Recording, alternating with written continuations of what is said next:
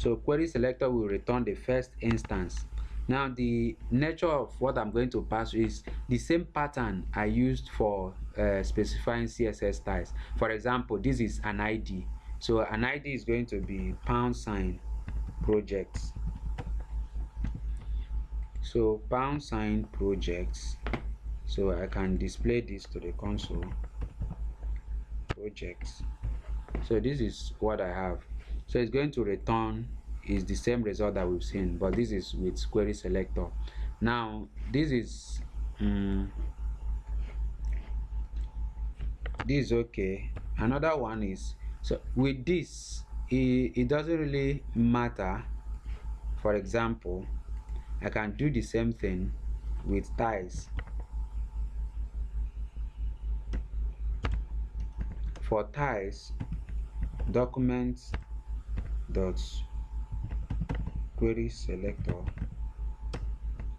So since for styles I'm targeting class name, I don't really have to, I just have to specify for a class. We use a period and then write project style, project dash style.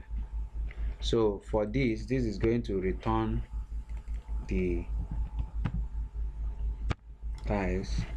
So if I save that, so I have the it has returned the place where you have projectile. Now there's something I want to point out.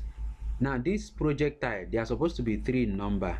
This is a projectile 1, this is another projectile 2, this is another projectile. But if you look at the returns, there is only returning 1 of the projectile, and I think this is the first one it's met in that place, the tributes area.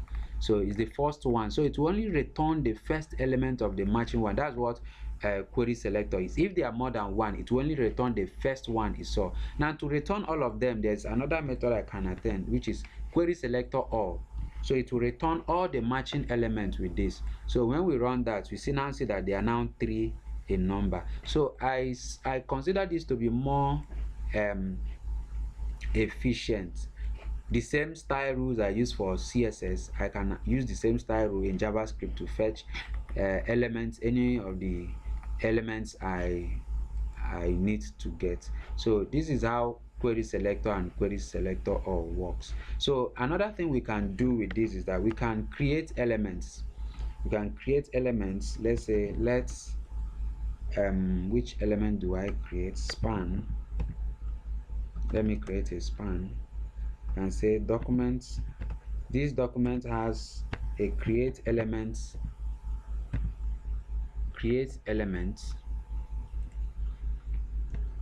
So for create elements, all I need to do is to enter the name, the tag name of the element I want to create, and then it will be created for me. So I have span. So it has created the element. So this is a span element. Now with this, now I can choose to add this span to any of these. I can choose to add this span to anywhere in the document. So I think in the next lesson we are going to consider the elements as an object. So now we can also write to the documents. Here it gives us there's a property that is called documents.write. So what do we want to write? The quick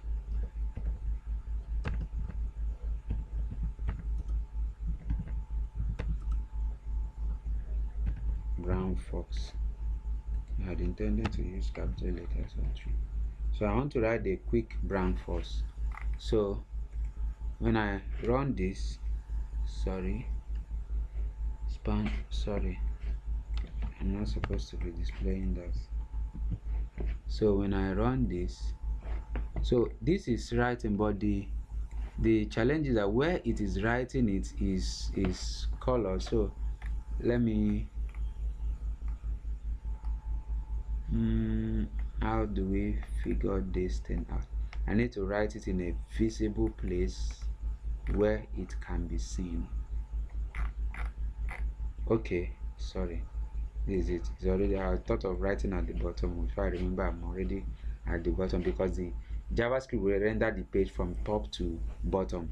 So this is the quick brown force that I've written. Now let's see what happened. I choose to put this in h1 tag.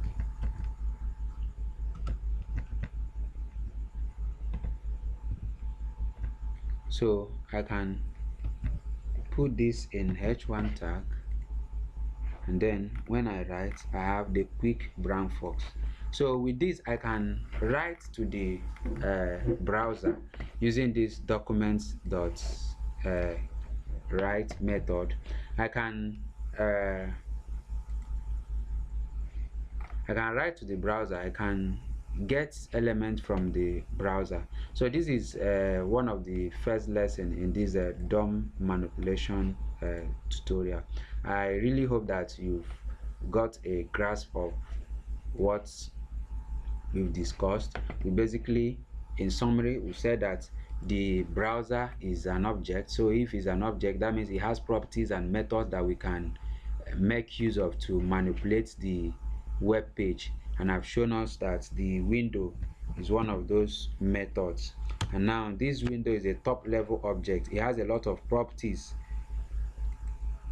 It has a lot of properties and methods associated with them, and one of those methods, one of the properties, as I displayed earlier, is the windows width, which shows the inner width property, which shows us the width, and the outer width. You have inner width property, outer width property, inner wide, inner height, and outer height properties. And then we have the object, the methods, as I think I gave example with window does open. There's also window dot close that will close this current this thing. You can try that on your own. I don't want to close this file.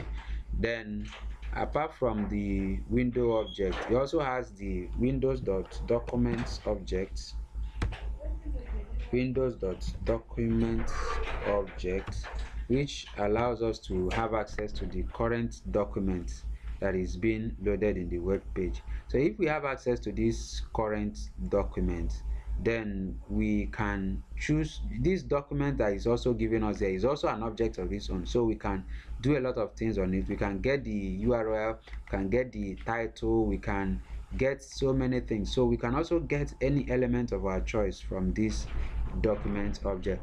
So we've given several examples of how we can target specific objects.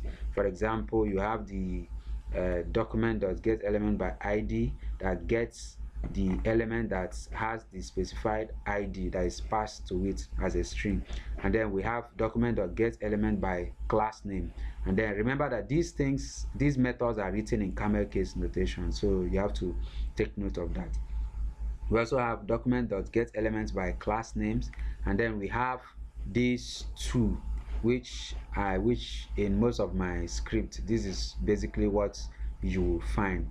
Document.querySelector, it allows you to pass the CSS rule that you used. For example, we used it to target an ID, target a class. We can also use it to target a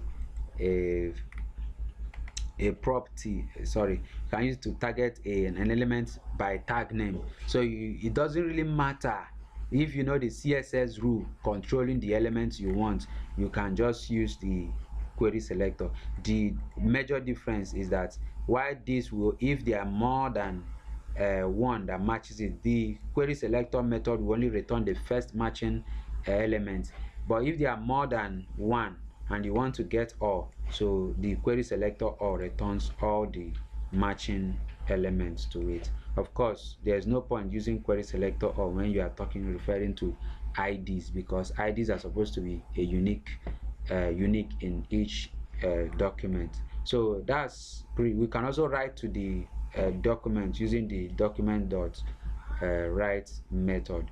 That's pretty much it. In the next tutorial, we're going to be looking at, after we've gotten the element, what else can we do with the element. For example, we get the element project, we get the element type. What else can we do with the element? Thank you so much for watching this tutorial. Don't forget to subscribe so that you get notified, and also to like the video to give the video a thumbs up if you like it. Thank you so much. That's pretty much it. Do have a nice day.